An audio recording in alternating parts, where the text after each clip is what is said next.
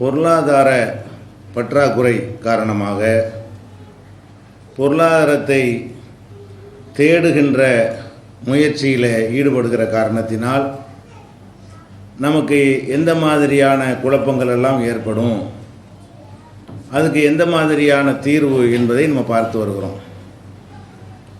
அதில் இறுதியாக முஸ்லீம் சமுதாயத்திற்கு என்றே அல்லாஹ் ஒரு சிறப்பான அருளை செய்திருக்கிறான். அதுதான் பரக்கத்து என்ற மறைமுகமான ஒரு பேரருள். அதாவது குறைந்த பொருளில் அதிகமான பயன் அடைதல். பொருள் குறைவாக இருக்கும், அதில் கிடைக்கக்கூடிய பயன்கள் அதிகமாக இருக்கும். இதுதான் பரக்கத். அப்போ இந்த பரக்கத்து என்ற ஒரு தனிச்சிறப்பு நம்ம சமுதாயத்துக்கு இருக்கிற காரணத்தினால் நமக்கு அளவு குறைவாக இருந்தாலும், நமக்கு கிடைக்கக்கூடிய வருமானம் தொகை குறைவாக இருந்தாலும், அதிலிருந்து நம்முடைய தேவைகள்லாம் நிறைவேறிவிட்டது என்று சொன்னால் அப்போ நம்ம குழப்பம் பண்ண வேண்டிய அவசியம் கிடையாது. ஒருத்தர் பெரிய தொகை கிடைக்கிறது, அவருக்கு அந்த தேவை அதில் நிறைவேறலை. நமக்கு கம்மியான தொகை கிடைக்கிறது, அதில் நம்ம தேவையெல்லாம் நிறைவேறி விடுகிறது. இதுதான் சிறந்தது என்பதற்கு நடைமுறையில் உள்ள உதாரணங்களை எல்லாம் பார்த்தோம். அதே மாதிரி நபிகள் நாயகம் ஸல்லல்லாஹு அலைஹி வஸல்லம் சொன்னார்கள், இந்த பரக்கத்தை அடைவதற்காக வேண்டி சில வழிமுறைகளை நீங்கள் கையாள வேண்டும். நம்ம சாப்பிட்றோம், சாப்பாட்டிலையும் ஒரு பரக்கத்து இருக்கிறது. அந்த பரக்கத்தை அடைவதற்கு என்ன செய்ய வேண்டும் என்று கேட்டால், சாப்பிட்ட உடனே விரல்களை எல்லாம் நல்லா சப்பி தட்டையெல்லாம் வலித்து என்ன செய்யணும், துடைத்து போட்டது போல் கழுவி வைத்தது போல் என்ன செய்யணும், சாப்பிடணும். அப்போ நபிகள் நாயகம் ஸல்லல்லாஹு அலைஹி வஸல்லம் சொன்னாங்க, ஒவ்வொரு உணவுலையும் பரக்கத்துன்னு ஒன்று இருக்கிறது. எந்த இடத்தில் எந்த உணவில் அந்த பரக்கத்து இருக்கிறதுன்னு உங்களுக்கு தெரியாது. அதனால் உணவு வைத்து விட்டீர்களே ஆனால் அதை முழுமையாக துடைத்து சாப்பிட்டு பழகி வந்தோம் என்று சொன்னால் அந்த உணவில் உள்ள பரக்கத்தை நம்ம அடைந்து விடுவோம். ஆனால் இன்றைக்கி உணவு வீணாக்கிற காட்சியெல்லாம் பார்க்குறீங்க. சாப்பிட்றோம், மறுபடியும் சாப்பாடு தேவை என்று சொன்னால் ஒரு நம்ம நடைமுறையில் ஒரு பழக்கமே வைத்திருக்கிறார்கள். கொஞ்சம் வச்சுக்கிட்டு தான் சாப்பாடு மறுபடியும் வைக்கணுமா, சுத்தமாக முடிச்சுட்டு என்ன செய்யக்கூடாது, மறு சாப்பாடு வைக்கக்கூடாதான். அப்போ இப்போ என்னவாக, பாதி சாப்பாடை வச்சுக்கிட்டே மறு சாப்பாடு எடுத்து வைக்கிறது. கடைசியில் எவ்வளோ நமக்கு உடம்புக்கு தேவை, வயிற்றுக்கு தேவை என்பது தெரியாமல் அதிகமாக வைத்து அதில் பாதியை சாப்பிட்டு விட்டு பாதியை கொண்டே கொட்டுறோம். அதிலே பரக்கத்தெல்லாம் போகிறது நல்லா தெரியுது. பாதியை சாப்பிட்றோம், பாதியை கொண்டே கொட்டுறோம்னு சொன்னால் அந்த உணவில் என்ன இல்லை, பரக்கத்து இல்லை, வீணாக்குறோம் என்பது விளங்குகிறது.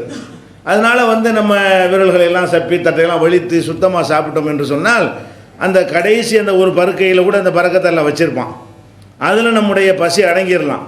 அப்போ சாப்பாடு என்ன செஞ்சிடும், மேலும் வைக்க வேண்டிய தேவை இருக்காது. மனசு நிறைஞ்சி உடம்பு நிறைஞ்சி வயிறு நிறைஞ்சி விட்டது என்று சொன்னால் அப்புறம் தேவைப்படாது. இந்த மாதிரியெல்லாம் நமக்கு என்ன இருக்கிறது, பரக்கத்தை அடைந்து கொள்ள முடியும் என்றெல்லாம் ரசூல் ஸல்லல்லாஹு அலைஹி வஸல்லம் சொல்லியிருக்கிறார்கள். இதை நம்ம பார்க்கலாம். அதே மாதிரி நீங்கள் இந்த பரக்கத்தை அனுபவத்தில் நம்ம எல்லாம் இந்த ரமலான் மாதத்தில் என்ன செய்கிறோம், அடைந்து கொண்டு தான் இருக்கிறோம். நபிகள் நாயகம் ஸல்லல்லாஹு அலைஹி வஸல்லம் சொன்னாங்க, தஸஹரு, நீங்கள் எல்லாம் அந்த சஹர் நேரத்தில் சாப்பிடுங்க. ஃபைன்ன ஃபி ஸுஹூரி பரக்கா, சஹர் சாப்பாட்டில் உங்களுக்கு பரக்கத்து இருக்கிறது. மற்ற சாப்பாட்டில் இருப்பதை விட இந்த சஹர் நேரத்து சாப்பாட்டில் என்ன இருக்குது, பரக்கத்து இருக்கிறதுந்தாங்க. அது அனுபவத்தில் பார்க்குறோமா இல்லையா? நம்ம காலையில் சாப்பிட்றோம், மற்ற நாட்களில் ஒரு 4 மணி நேரம் 5 மணி நேரம் தாக்கு பிடிக்குது. பகல் மறுபடியும் சாப்பிட்றோம். பகலில் சாப்பிட்ட பிறகு அதுக்கப்புறம் ஒரு 4-5 மணி நேரம் ஆன பிறகு ராத்திரியில் என்ன செய்கிறோம், சாப்பிட்றோம். ராத்திரியில் தூங்கிடுறதுனால மறுபடியும் சாப்பிடாமல் இருக்கிறமே தவிர முழிச்சிருந்தால் அது 12க்கு ஒரு மணிக்கு கூட சாப்பிடுவோம். வழங்குதா, முழித்து கொண்டு இருந்தோம்னு சொன்னான். அப்போ அந்த ஒரு நாளைக்கு சாப்பிட்ற சாப்பாடு 3 வேளை நல்லபடியாக சாப்பிட்றோம். அதுபோக காலையிலையும் நல்லா வயிறு நிறைய அளவுக்கு சாப்பிட முடியுது, பகல்லையும் சாப்பிட முடியுது, இரவுலையும் சாப்பிட முடியுது. நம்ம அனுபவத்தில் பார்க்குறோம். சஹர் நேரத்தில் சாப்பாடு எடுக்கிற நேரமாக அது அந்த நேரமும் ஒரு அன்டைமாக சாப்பாடு பழக்கம் இல்லாத நேரமாக இருக்கா, தூங்கி எந்திரிச்சு தூக்க காலத்தில் உட்காந்து என்ன செய்யும், எப்போதும் சாப்பிடுவதை விட குறைந்த அளவு தான் சாப்பிடுகிறோம். அப்போ குறைந்த அளவு சாப்பிட்றோம், அதிலேருந்து மறுபடி 13 மணி நேரத்துக்கு பிறகு தான் அடுத்தபடியாக சாப்பிட்றோம். அப்போ 4 மணி நேரம் 5 மணி நேரத்துக்கு தாக்கு பிடிக்கக்கூடிய ஒரு உணவு 13 மணி நேரத்துக்கு என்ன செய்கிறது, தாக்கு பிடிக்கிறது, பசிக்கிறதே இல்லை. அப்போ இந்த சஹருங்கிற அந்த உணவில் குறைவாகவும் சாப்பிட்றோம், சாப்பிட்ற நேரமும் சரியான நேரமாக இல்லை, அப்போ அந்த மாதிரியா சாப்பிடும் பொழுது 13 மணி நேரத்துக்கு நமக்கு தாக்கு பிடிக்கிறது என்று சொன்னால் அல்லாஹ் வந்து ஒரு தனியாக ஒரு சிறப்பான ஒரு அருள் செய்கிறான்னு அர்த்தம். முஸ்லீம் அல்லாத மக்கள் ஆச்சரியமாக கேட்குறாங்கல்ல, எப்படி உங்களுக்கு இருக்க முடியுது? என்ன கேட்குறாங்க? நாங்கள் விரதம்னு இருப்போம். விரதம்டா என்ன, சின்ன டயத்துக்கு தான் இருப்போம்.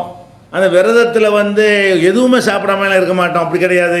தண்ணிலாம் சாப்பிட்டுக்குருவோம், ஜூஸ்லாம் சாப்பிட்டுக்குருவோம், இந்த கறி மீன் இதை தான் தவிர்த்துக்குருவோம்.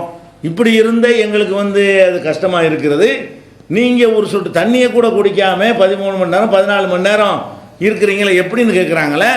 அல்லாஹ் வந்து அந்த சஹர் உணவில் நினைச்சிருக்கிறான், ஒரு பரக்கத்து செய்திருக்கிறான். இதை நபி ஸல்லல்லாஹு அலைஹி வஸல்லம் சஹரில் பரக்கத்து இருக்குன்னு சொல்கிறாங்களே, இதை கண்ணால் அனுபவிக்கிறோமா இல்லையா?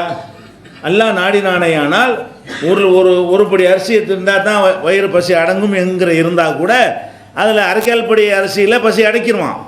அல்லாஹ் நாடினான் என்று சொன்னால், அது பரக்கத்து செய்தான் என்று சொன்னால், அப்போ கொஞ்சம் கொஞ்சம் ஒரு பொருள் என்ன செய்யும், அதிகமான பயன்கள் அடைகிற ஒரு இருக்கிறது நம்பினோமையானால் பணம் கம்மியாக இருக்குங்கிறதுக்காக வேண்டி நமக்கு குழப்பம் வராது.